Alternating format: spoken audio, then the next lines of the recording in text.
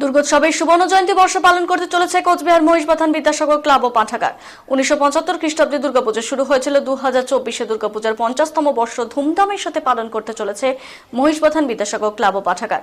শোভাযাত্রার মধ্য দিয়ে 50 বছর দুর্গোৎসবের শুভ সূচনা হয়ে গেল আজ। আগামীতে 20 জুন খুঁটি পুজোর মধ্য দিয়ে প্যান্ডেলের শুভ সূচনা হবে। এই শোভাযাত্রা শুরু হয়ে পঞ্চবটী মন্দির প্রাঙ্গণ হতে খাগড়াবাড়ি অঞ্চলের নাট্যসংঘ ক্লাব পর্যন্ত এবং মহিষবাথানের আরটিও অফিস পর্যন্ত। এবারে সুবর্ণ জয়ন্তী বর্ষে আকর্ষণ হিসেবে থাকছে কৃষ্ণগড়ের শিল্পী দ্বারা তৈরি প্রতিমা, চন্দননগরের আলোকসজ্জা এবং মেদিনীপুরের শিল্পীদের দ্বারা তৈরি বিশেষ প্যান্ডেল।